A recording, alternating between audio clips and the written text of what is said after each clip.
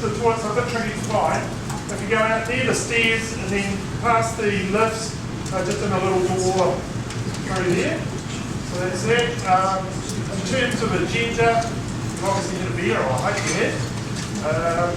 Next, we'll have Louise speak, and she'll speak for around about 45 minutes. After that, we'll have some questions, so get your stuff ready. Following that, we'll have a few more drinks and a bit more tea. So that's that, okay? Tonight's presentation, a joint effort between Getting I.T right and the wonderful people from IDC.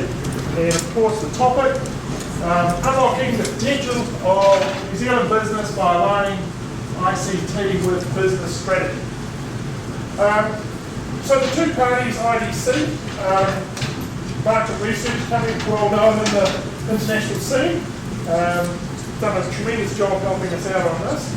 On the other side, Getting I.T right, which is a not-for-profit initiative around improving IT in New Zealand. The main motive being that we can see that there's easily $1.5 billion to be saved in New Zealand by improving our IT. I tell this to people, they always say, no, you've got it completely wrong. I say it's much greater. So this is the sort of feedback I'm getting. I'm also, I guess, motivated by the fact that we don't seem to have a lot of uranium anymore. We've run out of paddocks to put cows in, but we do have intelligent people, so let's get on and use those people. Alright, so that's it, sorry. Just for your information, there is a new website, well, the Getting I.T right website will be refreshed in a couple of weeks, and there'll be a lot more information there from the culmination of all the research, from the talks, from the help, from the input of all the people that have helped over the last year or so. So keep an eye out for that, because that is going to be very useful as a, if you like, an open source place to come and get information on how to do IT. So you're welcome to use that. And finally on that, I guess, please go to the website, show your support by signing up to the website, and join the LinkedIn group, because that's where a lot of the blogging and conversations are occurring. And feel free to contribute there, please, because you guys are the guys that can help us. Okay, so that's that. Again, big thanks to IDC, because this is a not-for-profit initiative, and man, they've put in some really, some big hours, done a really good job, very professional, great survey, and great results. So thank you very much. Also, the study, it gives us a great insight onto what the problems are, but it also gives us a benchmark to go, hey, this is the level we're at today. And hopefully we can repeat the survey in a year's time and go through these sort of events, through us all acting as delegates to improve IT, we should raise that up. So that's the objective. And I'd just like to pass a little bit of thanks to all the people that have supported us. So there is the seed members from the seed companies, there is IT professionals from all walks of life, business professionals, there is CIOs, there is the ambassadors to Getting I.T right, we're a select group of IT CIOs that help me, much like a board of directors. We've got professional bodies, all the professional bodies are helping us, and they've been contributing fantastically to the press, helping us to push the idea out and giving us support there. It's been amazingly helpful. And even through to some academics at the universities who study this and help us with their findings, and we reciprocate by passing our findings. So there's a big community behind this, and it's so it's quite exciting. So hopefully we can make a difference. Anyway, enough from me. Over to you, Louise. Okay, thanks Scott for the great introduction. It's really great to be here tonight and present these results, and IDC are proud to be involved with such a worthy initiative. My name is Louise Francis, and I'm the Senior Market Analyst for IDC New Zealand. So for those of you who don't know who IDC are, we're a global IT research company. So we do research and consulting, and we have a significant presence in New Zealand. Sorry? Speak up. Okay, I'll try.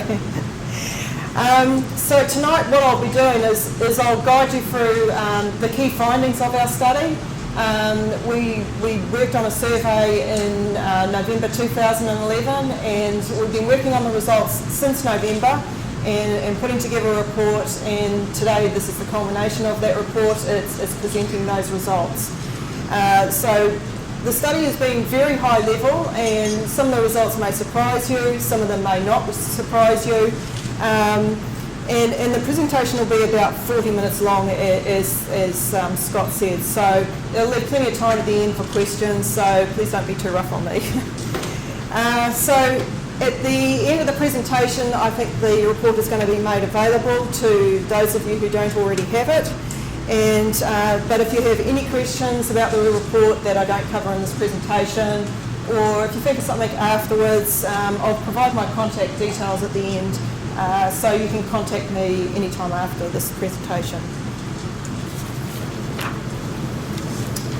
So, as I was saying, IDC is a global research company, and we have approximately 13 staff in New Zealand. That's going to increase to 14 very soon, as soon as we hire our telco research manager. So we have a very broad coverage in over 100 countries now, and we have a very strong end user practice and looking at industry insights and also the SMB market. So what IDC do is we don't only look at the technology, we look at how the end users are using that technology. So we get the viewpoints from the CIO community, and we combine that with the viewpoints of the vendors to provide a 360-degree view of what's happening in IT in New Zealand. And I do have some of my colleagues here tonight, and there's Liam Gunson, who's our research manager, Sid Bandari, who's our account manager, and right at the back is Ulrich Loeffler, who's our country manager.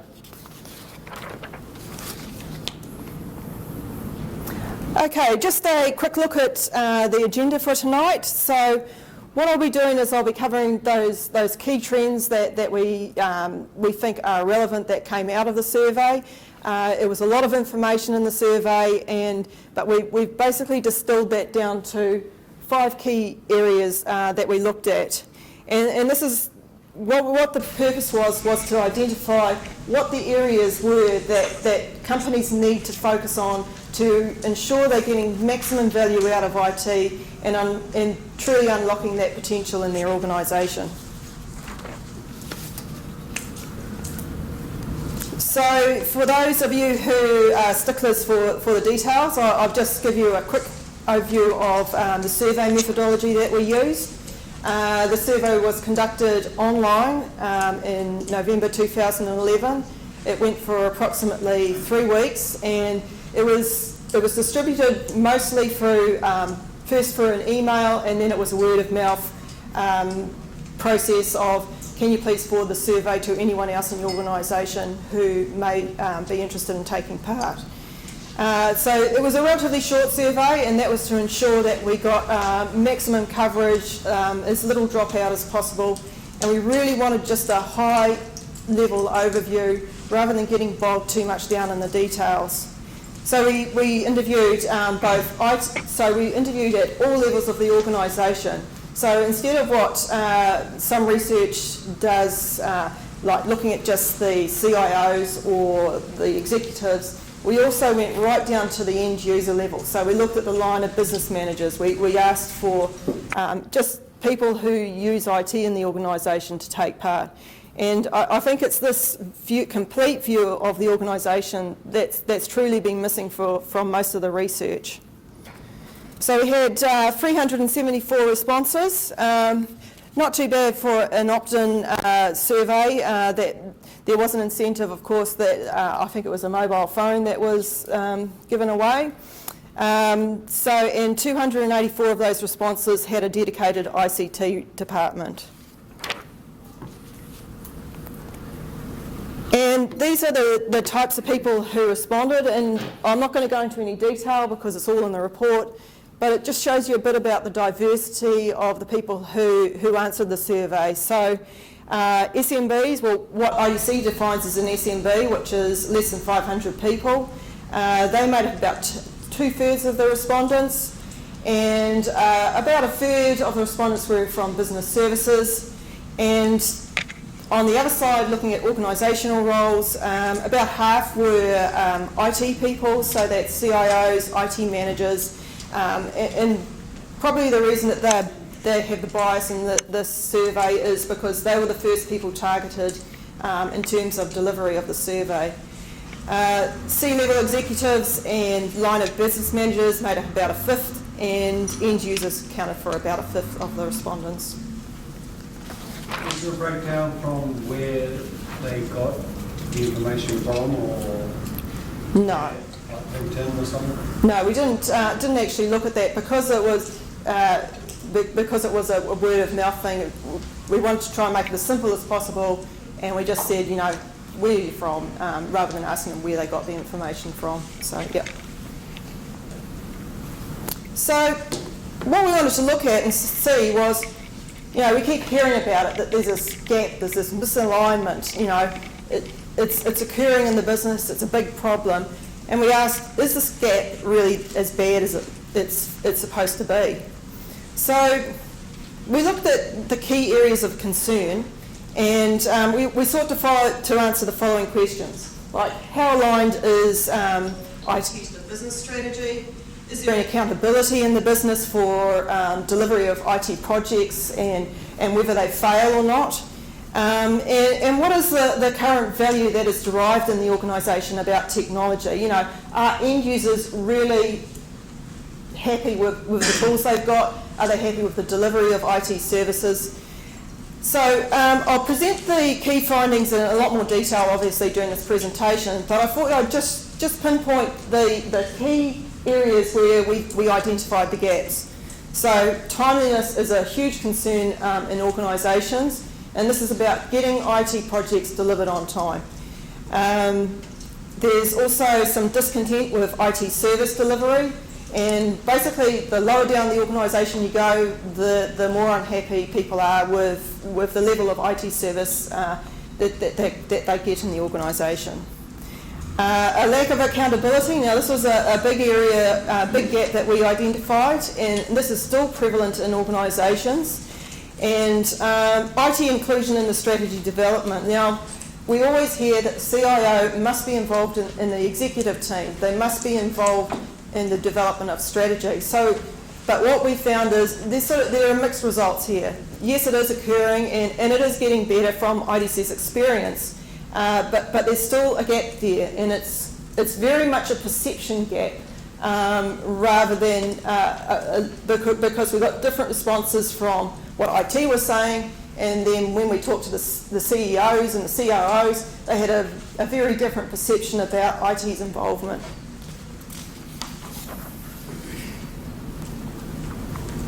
Okay, so to set the scene, first of all, the good thing, 86% of managers said that they saw ICT as an enabler in their organisation. Now, but when we look at it a little bit closer, we asked the people who answered the survey, we gave them a range of statements about ICT, and we said, how much do you agree with this statement? And this is where the first signs of divergence started to occur. I've actually grouped the responses into 3 groups. So what IT managers agree more than, say, the CEO agrees on, and what the other C-level executives think of ICT compared to IT. So IT management, they seem to be a lot more negative, a lot more cynical. They reckon that their companies are very cautious about investing in new technology and in innovation. They also think that, unlike the CEOs and the CROs of the company, they think that the competition is not necessarily a good thing. It's not an opportunity, it's definitely more of a threat. But if you look at the executives, while both executives and IT agree that revenue growth and customer growth are exceedingly important, I think it was about 40% of a quarter of executives believe they gave this 10 out of 10 on a scale of 1 to 10. So a huge number of executives think that this is a key driver of ICT in the organisation. They also believe that the internet has transformed their business. So 2/3 of the senior executive team who aren't involved in the IT team believe that the internet has transformed their business. So what we're seeing here is managers being able to go out and use IT themselves. They don't need to rely on the IT team to go and use the technology. And part of this is things like cloud computing, software as a service, apps, that type of thing. So that they see the internet as a huge opportunity for them. And it's getting away from that need to consult with IT consulting, to consult with IT about their projects they want to do. And this is what we're seeing more of at IDC. They also believe that ICT is an important competitive tool. Now, there were areas that actually they both equally agreed on.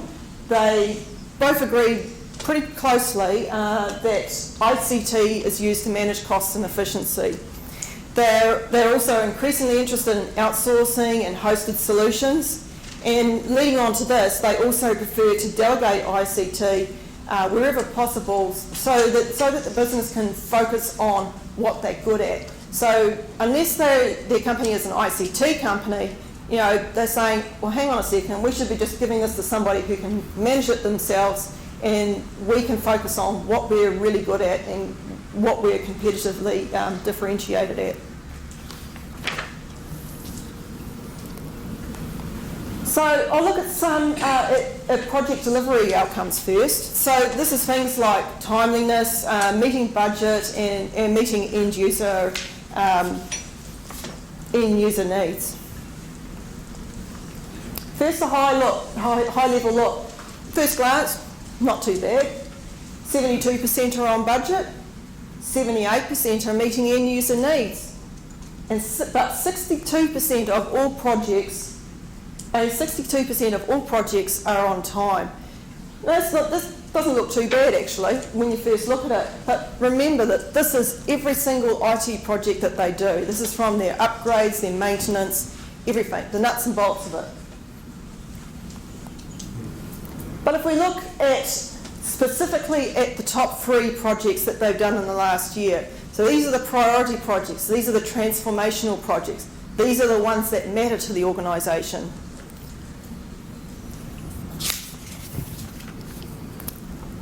So what we found is less than a quarter of all responses believe that all 3 were delivered on time.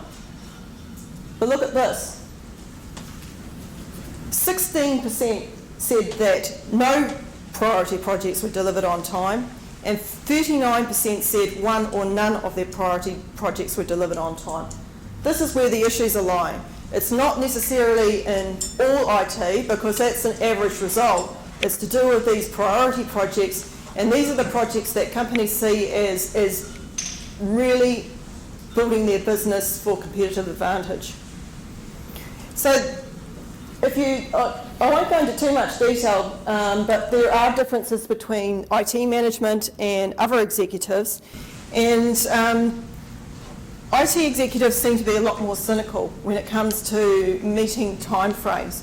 And there could be a reason that there's a lack of transparency in the measurement of deadlines and project outcomes, and it may be a miscommunication to the rest of the C-level about what the project milestones are, if they've been reached, and it's that miscommunication between IT and executives that we're starting to see emerge. But it's also encouraging to see that such a small proportion said that they did not know if their top projects were meeting deadlines.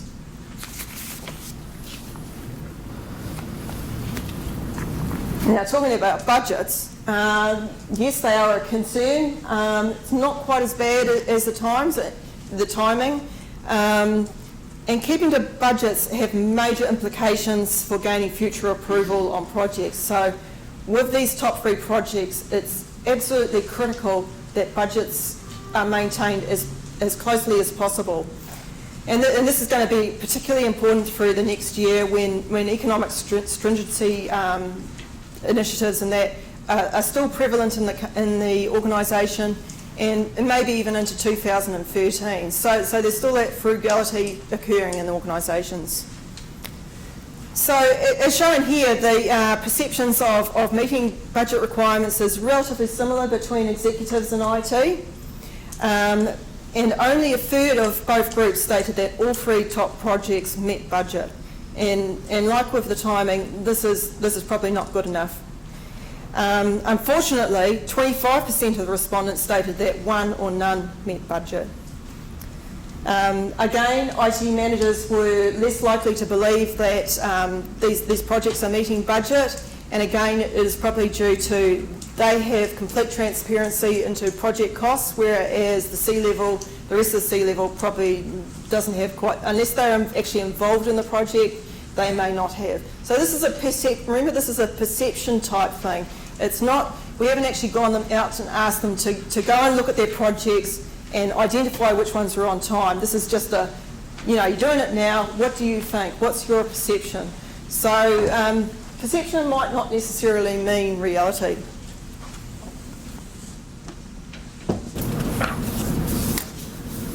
Okay, so what IDC consider probably the most important factor is meeting end user needs. If it doesn't meet the end user needs, it's probably likely that a project will be considered a failure. And one of the reasons it's so important that the end user needs are met is because when they're applying for another project, if they don't have that support, that credibility from the end users, that message is going to get filtered back up to the board. It's going to get filtered back up to those people who decide what your budget will be for your next IT project. So we had a look at what they perceived as their top three projects. Did they meet the end user needs? So in this case, IT managers are actually more buoyant. They thought that projects were much more likely to meet their end user needs. But in the end, only half of the managers stated that end user needs were met in all three priority projects. So when you compare this to the high rates of all projects, so that's all IT projects meeting end user needs, this indicates that the biggest concern in the organisation is these transformational projects. This is where the gap is occurring, not in the day-to-day maintenance, not in the day-to-day upgrades. This is where the real problem is. So the failure of the project to meet the end user needs can be caused by a mechanistic approach during project scoping, just looking at the budgets, looking at the timing, not really focusing on the people who are going to be using the technology down the track. So there's an emphasis on project management over actually delivering business value outcomes.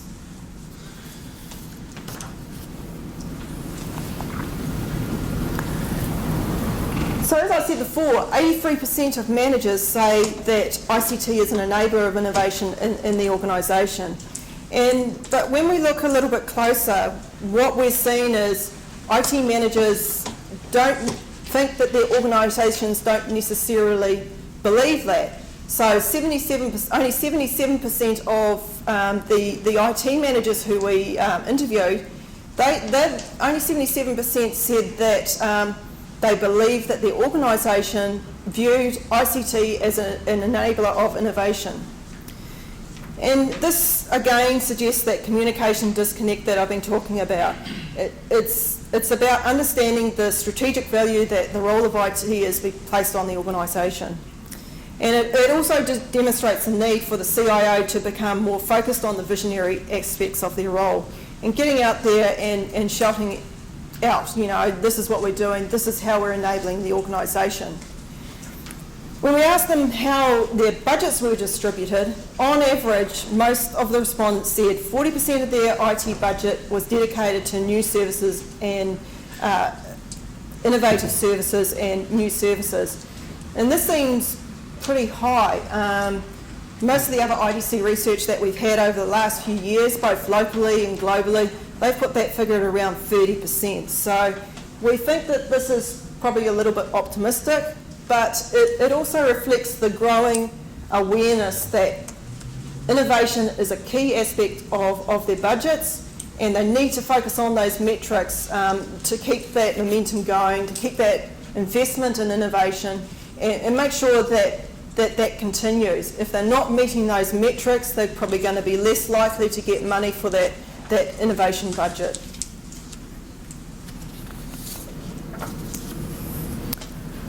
So over the last 3 years, IDC has seen quite a shift in towards a greater range of stakeholder accountability in the organisation.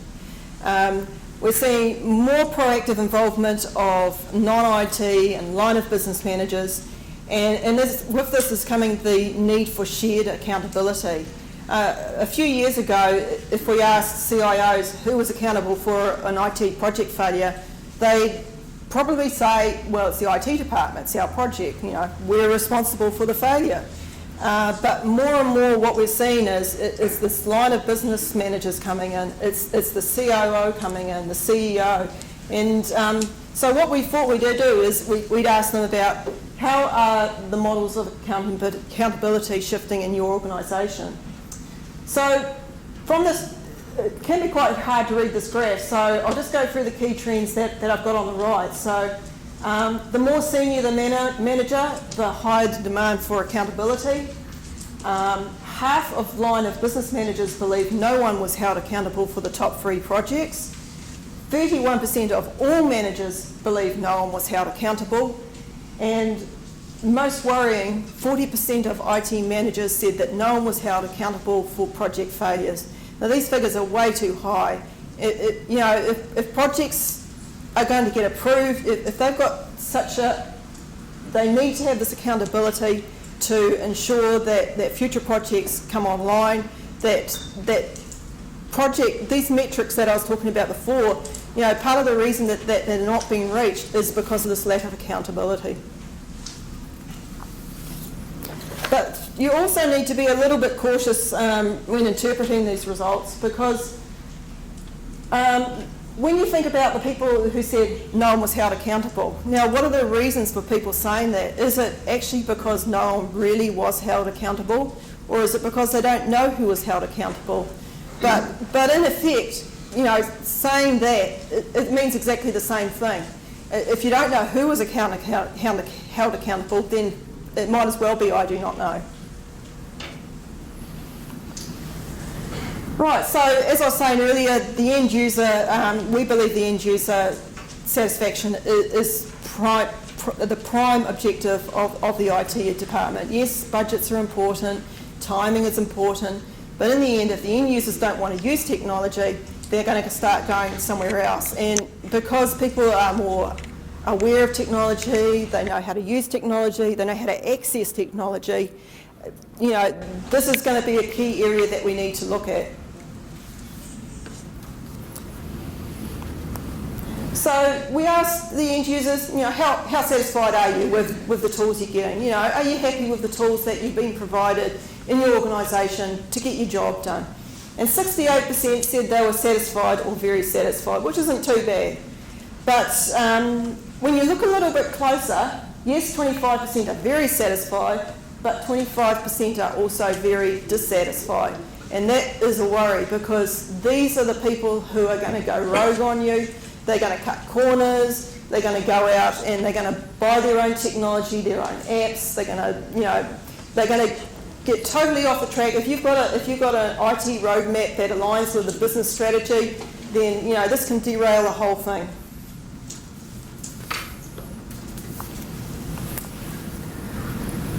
So, okay, that was the tools that they're using. 68%, it's not too bad.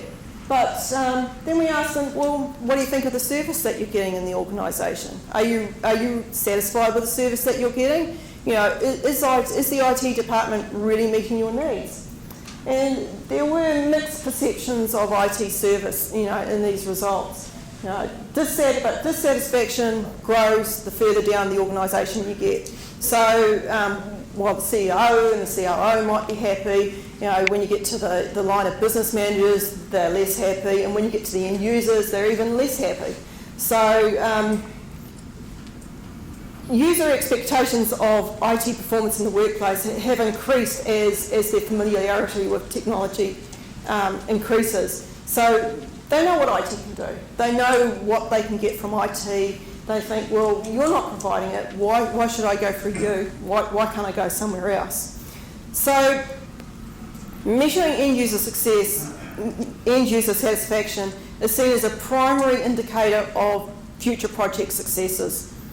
So in this chart here, I've actually aggregated IT people, so that's the IT managers, the CIOs, the project managers. I've grouped them on the left, and I've also grouped the non-IT people on the right to just see who thinks what of IT services. Unfortunately, IT people think, levels of dissatisfaction are around 12%. It's a problem, but, we're managing it. But when we ask the non-IT users, 21%. So almost a fifth of non-IT people think that IT service delivery in the organisation's just not that hot. But there was a little bit of polarisation in these results. So we've also found that a third of line of business managers were actually very satisfied. So what does that tell you? You've got the people at one end who are very dissatisfied, and your people at the other end who are very satisfied, but no one in the middle. So what this suggests to me is that it depends on the level of technical ability of those managers. So if they're not very familiar with technology or IT, they're probably quite satisfied with what they're getting. But if they know the potential of IT and what it can offer them and how it can help them in their job, they're probably going to be very dissatisfied. But the study didn't go into those reasons, but this is something to think about. Why is there that polarisation? Is it really a polarisation, or is it just the freak of the survey that happened? Okay, so now we look at the alignment of IT and business strategies. Now I hear very different opinions about how this should be worded. When I talk to CIOs or when I talk to CEOs, what we're seeing is they don't want it talked about as separate. IT strategy should not be talked about separately to business strategy. IT strategy is business strategy and vice versa. So business alignment, whether with semantics or whatever, is going to be top of agenda for CIOs in 2012. So in the past we saw IT strategies that were very siloed, very divergent from the actual organisational strategy. And the focus is now more centred on supporting business strategy rather than a separate technology strategy.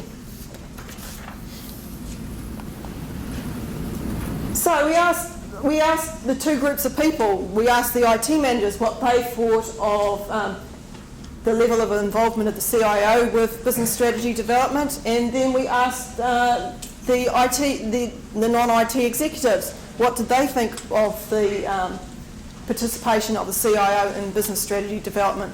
And as you can see here, there's definitely a perceptual gap. 34% of IT managers think that the CEO has significant or good input into business strategy development, whereas almost 60% of CEOs and other senior executives believe that have good input. So somebody's not getting their story straight here.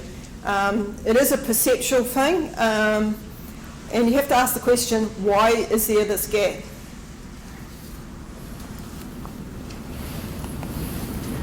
So maybe it's because they believe that IT doesn't understand business strategy. They're technical people. They don't understand business. They don't understand marketing or sales.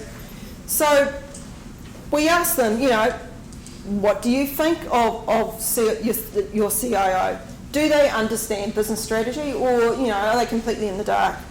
And surprisingly, they're actually in agreement.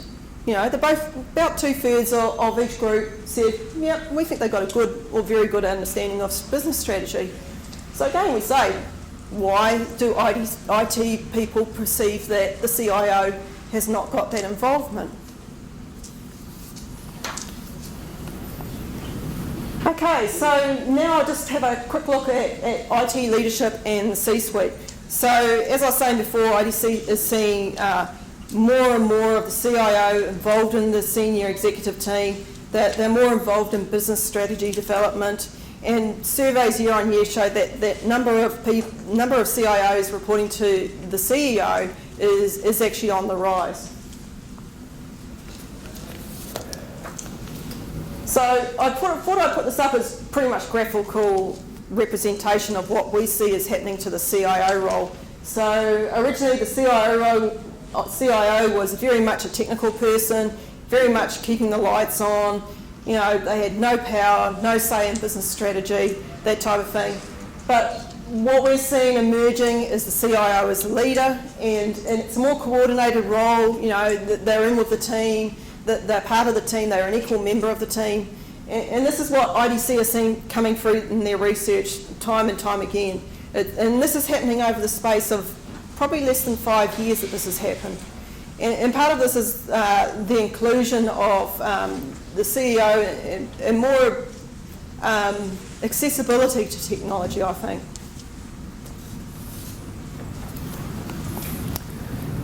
So it's encouraging that everyone was pretty much in agreement that about 80% of CIOs are part of the executive team. Now, this is across the board. So this is interviewing all the managers. This is the response from all the managers. It's not just from the IT managers. It's from the CIOs. It's from the line of business. It's from the CEOs. So that's a very significant number. In fact, it's much higher than we found in previous research. So I hope it's correct. But again, you know, this is a perceptual thing, and you need to sometimes take these results with a grain of salt. But despite this level of inclusion, the executive team is still underrepresented in IT project governance. So 50% had executive team governance in all three priority projects in 2011, only 50%. And 16% of companies had no executive governance at all in any of their priority projects. Now, we keep talking about the need to include the CEO, the CFO, the COO, the need to include them in these priority transformational projects, but it's just not happening yet. You know, there's still a gap that's occurring.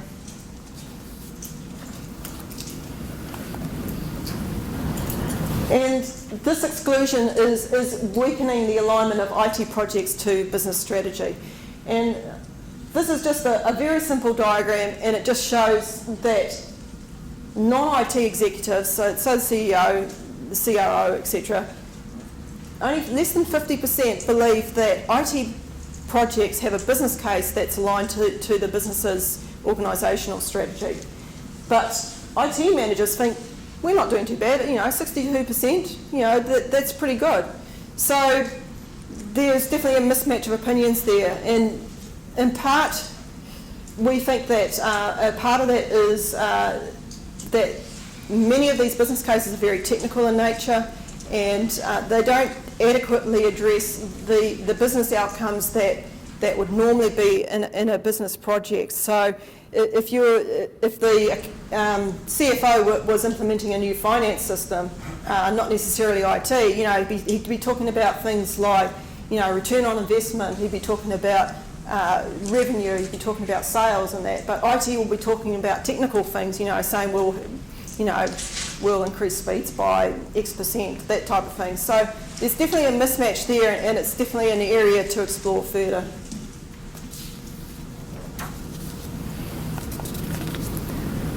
Okay, so stakeholder consultation. Now, this is the final area that we looked at, and because of those numbers that we received about end users previously, about their dissatisfaction in that, so we sort of expected some sort of a negative viewpoint there, so we decided to just put some questions in for stakeholders only, and just say, you know, what do you think of IT? You know, are they consulting with you? You know, do they understand your business? Unfortunately, as shown in the diagram on the left, less than 50% think that they've got, about 50% think that they've got adequate consultation. So that leaves a massive, almost 50% saying, no, they're not consulting with us enough. Sometimes they consult, but it's just not enough. And when we asked them if the IT department actually understood their business needs, do you think they really understand when they're doing an IT project? Do you think they understand what we really need? And again, 50% said they don't really understand. They're not quite there yet. Sometimes they understand, but most of the time they don't understand.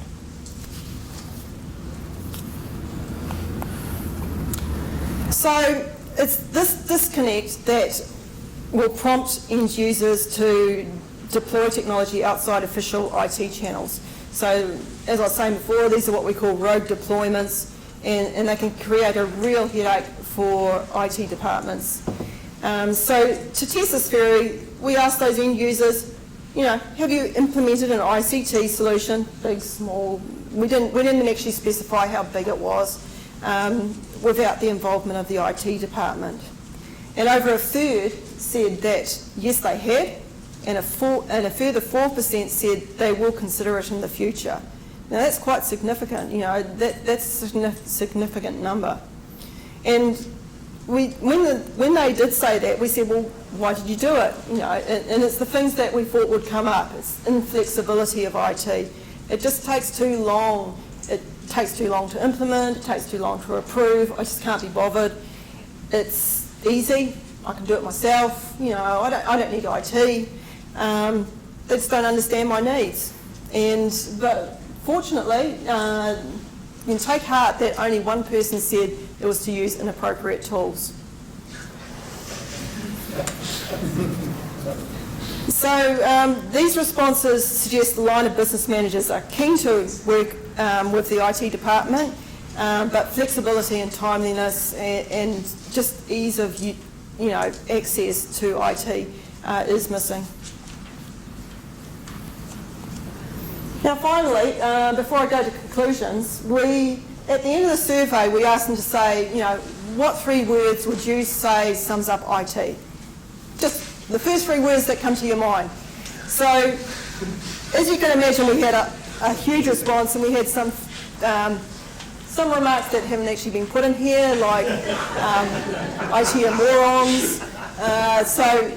But what we did is we categorised words, so we grouped them into like words, and it was a mix of negative and positive. And what these words up here are, if they were mentioned more than 5 times, and obviously the bigger the word, the more often they were mentioned. So you've got the positives, you've got accessible, usable, you've got innovation, functional, but then again you've got the negatives, unhelpful, outdated, legacy. So it's a mixture of words. So I just put that in there just to give a bit of a visual representation, just show the diversity of opinions about people have about their IT department.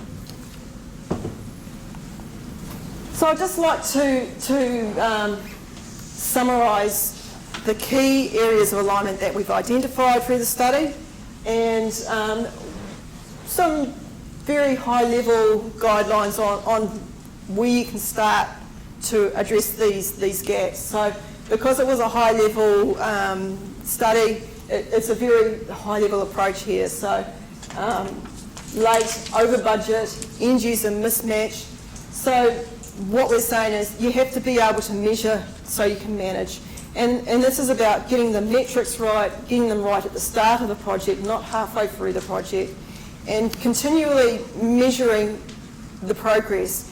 And this is to ensure that if there are any gaps that are appearing in a project, such as a time lag or anything like that, that they're identified early and fixed early. And it's also important to make these metrics very transparent. As I was saying earlier, there are mixed opinions about whether projects are on time or not. One of the reasons we've identified is that there is a mix of opinions is because there is no transparency here. So end user dissatisfaction, this is about managing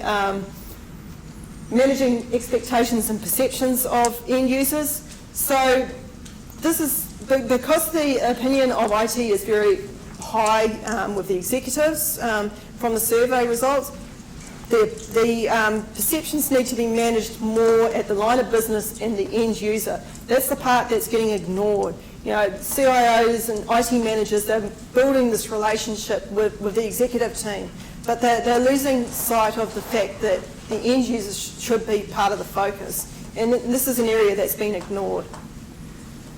Inadequate accountability, and this is about clearly defining accountability at the planning process. So you can't measure, as I said, you can't measure unless you know who is accountable. Who do you go to when something is getting behind?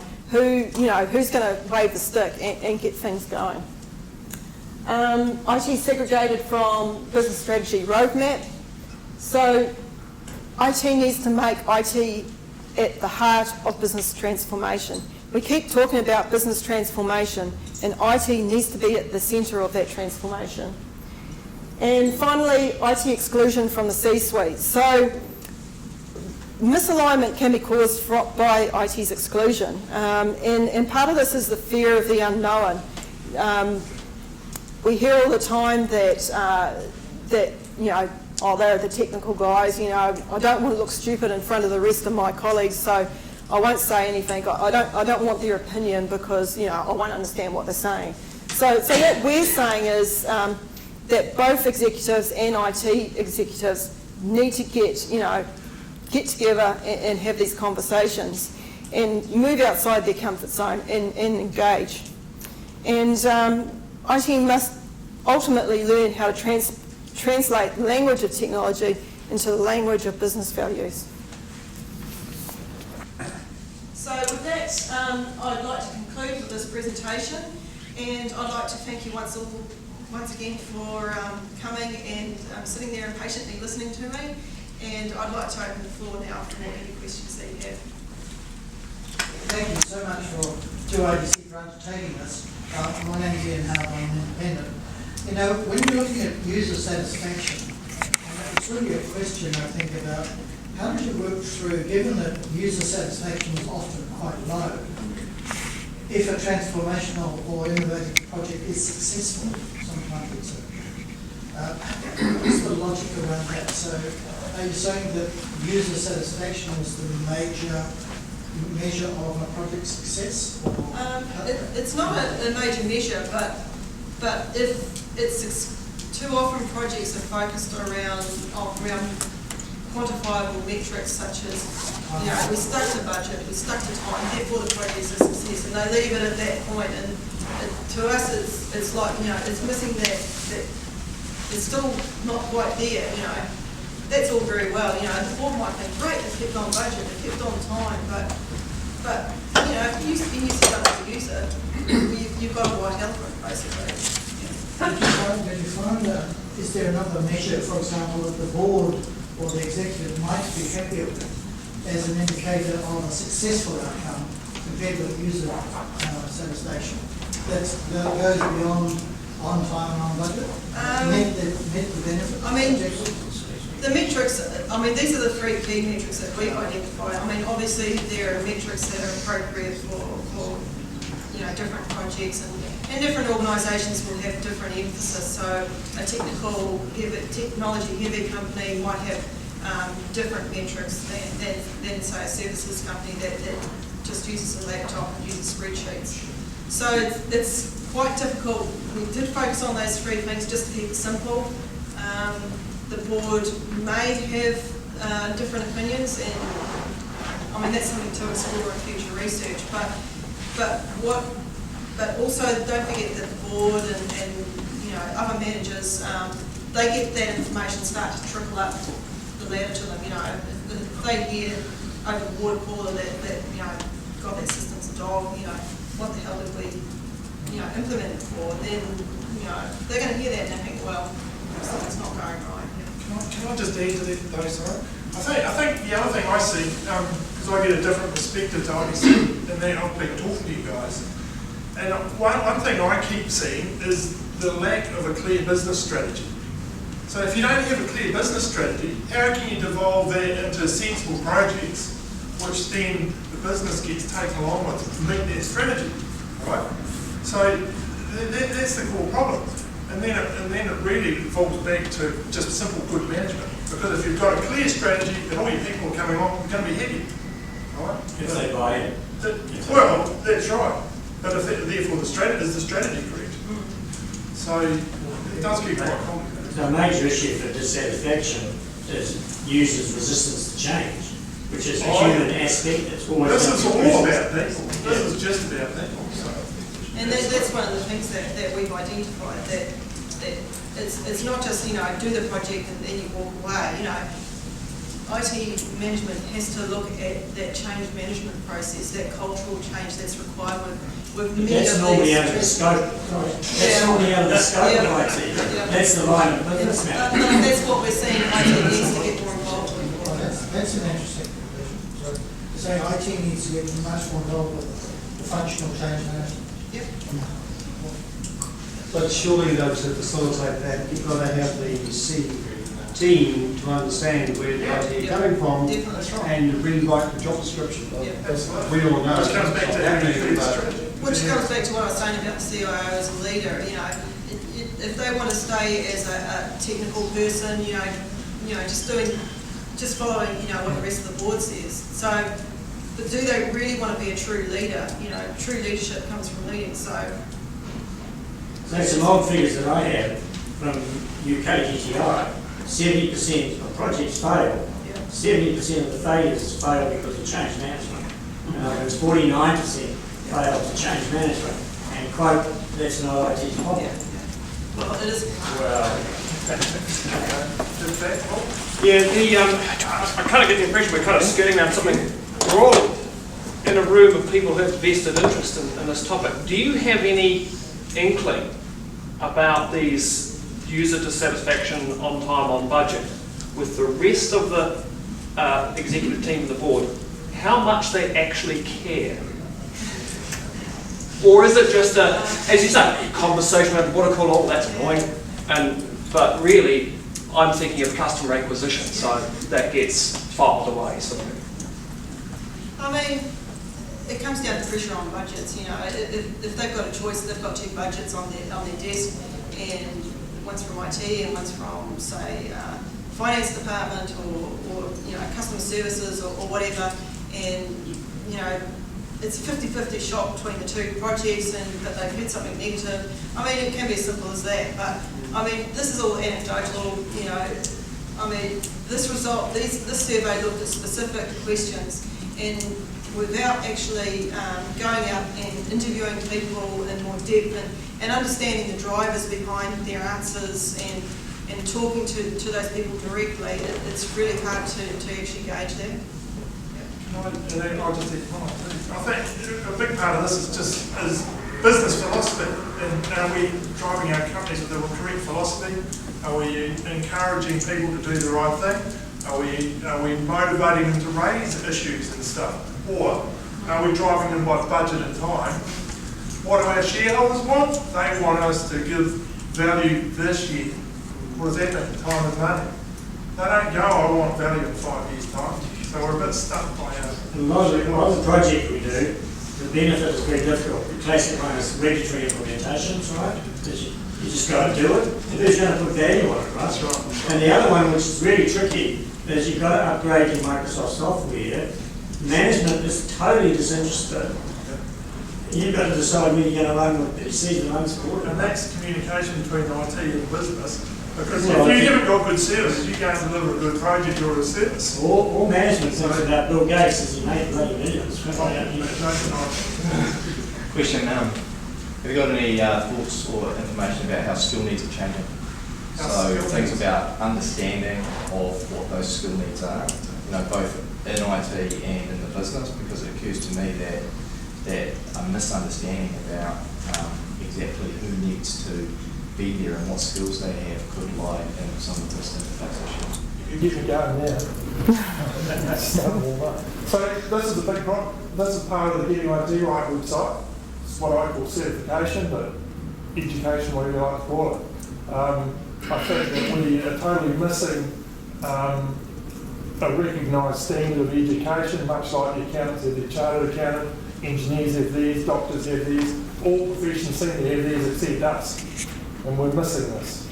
And that gives us a big pushback to say, hey, that practice is not standard, I can lose my certification, I'm not going to do that. But instead what we do, yes boss, we're struggling for budget, yeah, I'll just make that happen. And then, so that's one problem.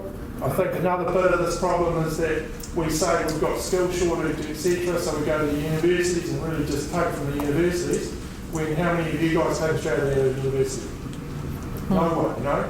All project managers, BAs, change people. The majority of people haven't come from university, so we need to get those guys into a proper certification education process so then we can bring them through the industry. Are there other elements about the kind of softer skills as well? Right. I'd put that in that mix, absolutely, because I keep saying this is a people problem. Do you have any thoughts? So we often hear the need for IT people to become more business savvy. Yeah. I would just ask the reverse. Do you see any emerging trends around business people needing to become more IT savvy? Oh, definitely. I mean, and we're also seeing like CIOs becoming CEOs now. You know, it's starting to happen. It's I mean, it's still an area that needs working on, and I think because technology is becoming so much more accessible now, you don't need to know how to program something or write script or you know, you don't need to understand the architecture of technology to be able to use it and to maximise the use of it. So we are seeing this, it's starting to happen. I mean, it's obviously an area that definitely needs to be worked on. And it's just an education thing, so it is a vice versa thing. You know, you can't expect the CIOs to develop into a business leader if the CEOs and the CIOs and that, you know, then they're not interested in learning about technology themselves. So just a little bit more about that. I think the first part is the consumerisation of IT. We see that a lot. So people are just generally more skilled in these things. But what I'm more talking about is, like, my finance people say to me, Adrian, if you can't read and create a P&L, then we don't really think you can do it yet. And that, I mean, that's quite a specific skill that's been demanded of me to develop. Now, in the same way, why am I unable to say to senior leaders, hey guys, I want you to understand at least what architecture is? Yeah. And do you think that that is an ingredient into organisation success? That's a They ain't going to listen. Liam, do you? I'll throw it over to my colleague Liam. So, do you have an opinion? You got an opinion? So could you just restate that again? The question again? Okay, generally speaking, the question is it reasonable and in fact is it needed, particularly at senior levels, for those people to develop principle-based IT skills, I would say. By principle, I mean to understand what an architecture is and those sorts of things so we can have a conversation. Because what I often find is that I can turn something into business language. That's not the issue. It's just that the communication is not as clear. It's like that famous Einstein quote: "You make something simple, but you shouldn't seek to make it more simple than it can be." And so I wonder how much of the general problem that we face as an industry or as a sector is we are always coming up against part of the organisation who has really no interest and not a lot of skill in what we're trying to talk about. Just one comment quickly. I think it's not just the lack of interest or lack of skill, but it's also fear. What we see a lot of business executives actually fear to get into a CIO technology discussion because they lose this superiority and they're vulnerable in that kind of discussion, and that's what we find. I mean, we tried so many times to get a CXO kind of roundtables, panel discussions going, but there's not a lot of business executives who actually are willing to engage in this kind of discussion. I think there's a huge personality difference. You've got a personality difference between people who are big thinkers and strategy, and you've got IT people who, in the end, have to do the progressive elaboration and sort the detail out. And there's a huge gap in personality, and sometimes it's difficult to bridge. Because if you start saying to your CEO, sir, you need to understand this, you get told a crystal. And I think another thing I'm seeing as well is that when people are trying to match IT to accounting or to building, and they're not good analogies. Accounting is 5,000 years old, if not more. There are set frameworks, P&L, balance sheet, cash flow, tax, etc., etc. But for IT, we're young, it's still fluid, it's likely to carry on being fluid. So they're not good analogies to try and match up. So engineering is an old discipline. Pardon? Engineering is an older discipline. It is. But when you build a building, you make it out of plasticine, or you build it out of concrete. It doesn't change when you build it out of concrete. With software, tomorrow you change it again, or tweak it, or whatever, right? So again, I don't know if they're good analogies. So I'm not, yeah, sorry. The point is not the analogy. Yeah, sorry. The point is there a group of the organisation that needs to develop a skill that we probably share in this room, in the same way that we've probably all been forced to develop other skills that are shared by that other group? I think that's what I was talking about, which was about the skill sets that are needed in IT and not well understood, but also the IT skills that are needed in business. Also not well understood. Well, it's not just in the business, if I may comment. I think you're on the right track. But one of the major problems is the board. Now, most boards suffer from what's called NMP, and that stands for mature, male, and pale.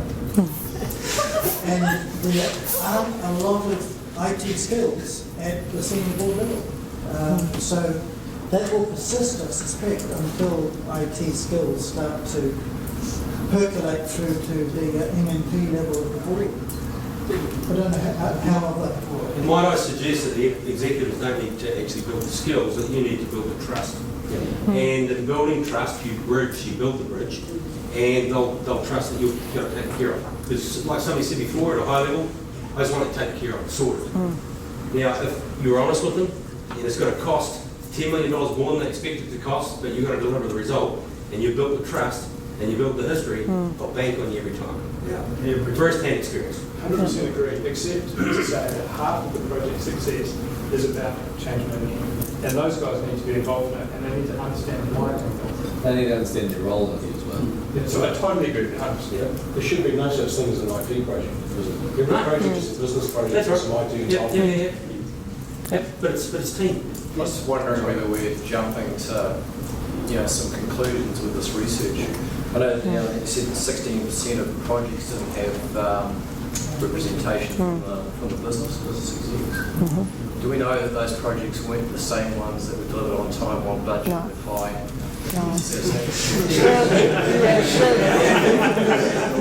Yeah, I mean, that's always a danger of this type of thing, It's, as I said before, to get that sort of real in-depth, understanding, you actually need to start to talk to these people and actually ask them, what particular projects are these, Is it the same people who are saying that there's no governance? Is it the same people who aren't on time, aren't on budget? We didn't go to that level in the study, and you're right, it is a very high level study, and it's really it's just a starting point. So we wanted to identify where the gaps were, where the perceptions of the gaps were, and we can use this for, really drilling down and looking at the specific reasons behind different answers and that sort of thing. And this is the sort of thing that IDC do, this is what we do every day. So we'll look at high-level questions, and then we'll go and talk to CIOs, we'll talk to CEOs, we'll talk to people, we'll do end-user surveys, we'll get that whole view, and we'll find an area and we'll say, okay, we're going to ask these questions based on this information that we got. So yes, it is, you've got to be really, as I said earlier, you've got to be really careful when interpreting these types of results. Well, I agree. I'll finish. I'll just say, some of it call them conventional wisdoms. Yeah. And to me, I actually don't think some of these figures, these percentages are all Yeah. And at some of these numbers, they're also pretty well. Yeah. I'm sure we should be slaughtering ourselves. Well, it's obviously a continuum. Yeah. I mean, the result. Probably 25% use Yeah. Well, that's true.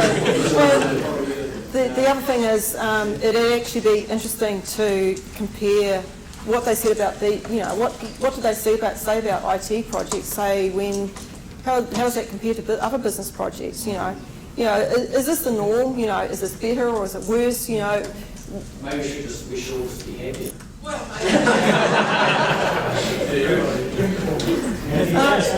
Accountability. A significant number of projects are abandoned for reasons that are nothing to do with any of the people involved. There's a new CEO, the company's been taken over. That's right. Two abandoned projects and both of them are not Yeah. It should have been abandoned. So in terms of aligning this to business strategy, one of the key questions that could have possibly done into future research is how well is business strategy articulated and defined within the organisation? How easy is it for people within the organisation to be able to understand it and to be able to explain it to someone? Yeah, and that could explain some of the results, about understanding how aligned IT is to business and business strategy. I mean, we didn't actually ask them, do you actually understand what your business strategy is? So... The word strategy is a bit loose, right? Yeah, it is. You don't go from big strategy ideas that talk about outcomes down to how are the outcomes going to be implemented, what are the outputs, what are the concrete things we can do. And that last step often doesn't get addressed properly. Sorry, can I take your... It's probably to follow on from that. What often today in the States we've got the top three projects in IT. The most important three projects in IT team are the same way top three projects in business school. Because we're kind of saying is we're divided between the two. And there's a lot of anecdotal in this story. How often are we playing further exploration that when I'm saying none of the three were on time, it's the same three that somebody else is saying. That's exactly what the gap could be. When we saw those big differences between the IT and the other C levels, were they actually referring to the same projects?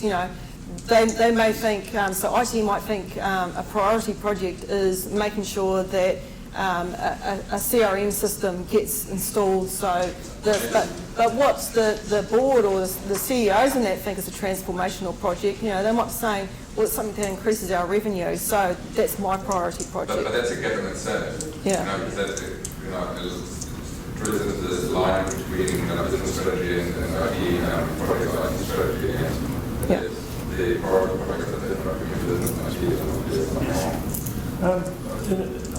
During my day job is IT recruitment, and I've come out of IT myself as an IT professional. And we see the sharp edge of this because as soon as anything starts going wrong, our phones start ringing. So we see where the projects are going wrong. And man, there's no way is that covered in the press or anything. So I would say these are optimistic results. That's from my perspective. Whether we're talking about exactly the same project or not, there's still a huge amount of room for improvement. And the definition of role, I'm sure, varies depending on not each delivery of a phone call, personality, and all of those things. I mean, you also got to think this was an opt-in survey, so people who are probably more likely to answer to the thing may be people who have had successes. So it didn't sort of say, because it was an opt-in survey, we didn't get that diversity necessarily if we actually went out and targeted specific groups of people. Sorry, You've kind of half answered it in that statement anyway, but how much information did you have on diversity of sector? So we had a breakdown based on the industry they worked in. So I think I was saying before about a third were business services. So that's professional services, anything to do with services. But also there was, I think there was probably about 10 or 11 categories of different industries. So there was, besides business services, it was quite evenly spread across the rest of the industries. You spoke about language. IT people, when they speak with the business managers, they seem to use a lot of acronyms, which will just put them off because they don't understand it anymore. And I think the challenge is for IT people to really break down the terminologies to make sense to every business manager who is speaking with, to actually translate the IT outcomes in the business sense. If you fail to do that, then you've got a problem. The C-level don't even want to talk because they don't understand what you're talking about. And that's where the disparity of that. And get in perception, and user satisfaction with that. Definitely. So one of the big trends is with cloud computing, just take an example like Salesforce, as the marketing people want to implement Salesforce, do they have to talk to IT? If they don't want to integrate the customer files, right? So what? And they don't have to go to someone and get capital budget, CapEx, because of the way those products are changed. So that's going to be a huge change. And that means that some of the IT budget is just going to evaporate. Right? It's going to move out of IT. Recently, I got a customer who is planning to push everything through the cloud. You don't see any piece of equipment on their side. But this is a call center with over 70 people. And I'm saying if something goes wrong in the cloud, who are you going to call? Who are you going to get in there to actually check yourself? so as far as they're concerned, they say, we'll just give the problem to somebody else. And IT actually gets sidelined out of that because they're thinking Google is the answer. So it's the answer. And then IT is relegated to the side. So I think really IT people need to actually stand up and say, you need to do all these things. And this is where your risks, your dangers, and just come and all that stuff is going to come. Because I can see in a few years' time, IT managers being really left without anything to do. I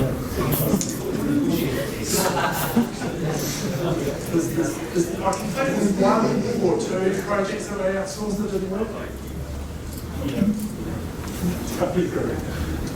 Great research, by the way. One thing I'd be interested in is, out of that research, did any stats come out that showed you the percentage of the projects that produce the efficiencies and cost savings that they've set out to do, i.e. IT department goes to business and says we'll bring on the virtualisation projects and it costs X, Y, Z dollars, you will say X, Y, Z dollars over this amount of years. We didn't actually go into that detail, and as I was saying before, these are the things that we need to actually ask in future studies that we do. And I mean, there are some areas in this study that, you know, they're pretty obvious what the answers were going to be. So we need to focus on those areas where it actually raised more questions than answers, and really focus on those areas, because that's where the gaps are occurring, that's where the misalignment's occurring. So no, we didn't look at that, and we haven't actually specifically looked at that in any New Zealand research. I'm not sure, Liam? Well, not to that exact detail. In a survey that we did run earlier in the year, we did look at the CFOs and their expectations around time frames for ROI. And so it was ROI, so it could be one of the productivity or cost savings. We have seen, this is an annual survey, and over the years it has dropped fairly dramatically. You know, it used to be expectations in a 2-year time frame. Now it's, I think, down to 6 to 12 months. So it's getting somewhat unrealistic. Because that sort of data, those sort of stats, that builds that builds the trust between your IT department and the rest of the business. Because you're producing results, and they can see those results very clearly on their sheets. Absolutely. I'd just like to talk about bridging that gap between IT and business. Aren't the personalities completely black and white? I mean, the people that live in IT roles are normally just stuck in a room, whereas the business side are in your face. And bringing that gap together only needs another type of personality that can actually take the other and bring them together. And I thought that was the role of the business analyst. That's what I thought. And the IT manager and CIO. Well, they should be a department full of technologists, which should be that. Well, that's why I was intrigued by the comment about testing presenters, and that is that the IT department, to get the change management done, needs, I think, to have some touchy-feely flow, which is an outcome to IT. How do we bridge that? A lot of places started renaming the IT department, trying to get around some of this. The university's organisational performance and CIO.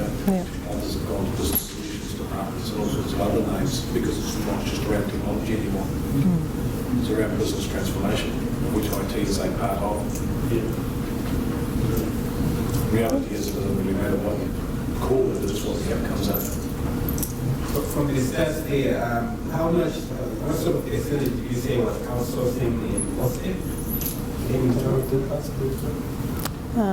I think it was perception. I think it was, the thing was about how many perceived that ICT, they're interested in outsourcing and how hosted solutions. I think that was the question. Can't actually remember the percentage. It wasn't a percentage. It was on a scale of 1 to 10. So I'd have to actually go back and look at the breakdown on how many actually said that on that scale. So if you just email me that question, I'll be quite happy to have a look at that. Yep. And just to clarify on that question, was what do you believe the organisation's view on its desire to go to outsourcing or solutions, not IT? Not what they're actually going to do, no. And that's why there was relatively strong agreement from both the organisation as well as IT. Yeah. That they were seeing the organisation looking at that as more of an option moving forward. So with the advent of these legal things, from your surveys in the last 2-3 years, what do you see? Because people are sort of wanting to use this as the only device that they use to access corporate information remotely wherever they are. What does this mean to the IT department? I think there's a lot more acceptance that it's happening now. When we started talking to CIOs about 2-3 years ago, and we asked them about, you know, what's your feeling on your employees using iPads for accessing company email, and probably, you know, like 80%, 90% said absolutely not. It's not going to happen in my organisation. Now, when we asked them the same question last year, the number had totally swapped around, basically. I can't tell you the exact numbers without actually going back to it, but that number flipped almost totally. So now 80% are saying, yeah, it's fine, you know, but, you know, we want to manage the process and that. So there's acceptance that it's happening, that, you know, there are going to be employees who want to bring their own devices, and it needs to remain an option rather than a requirement of employees. But, you know, they're saying, okay, we can't stop it, you know, we can't stop them from doing it, so we might as well accommodate them. I think the interesting one is as well that this is again on change management, and it's driven by the executives. They're the guys who bring in the new devices. And, but there's, I mean, we have a lot of research on bring your own device and everything from New Zealand and the information workspace and how it all depends out. So I think it was not really the topic of this specific study. Maybe 2 more questions and then we'll call it. Just looking to the future, what is IDC's intent with this survey? A repeat it on an annual basis? As far as I know, we are. Uli? So this sets the benchmark, and then we do seminars like this. Hopefully you'll help me collaborate on LinkedIn discussions, etc.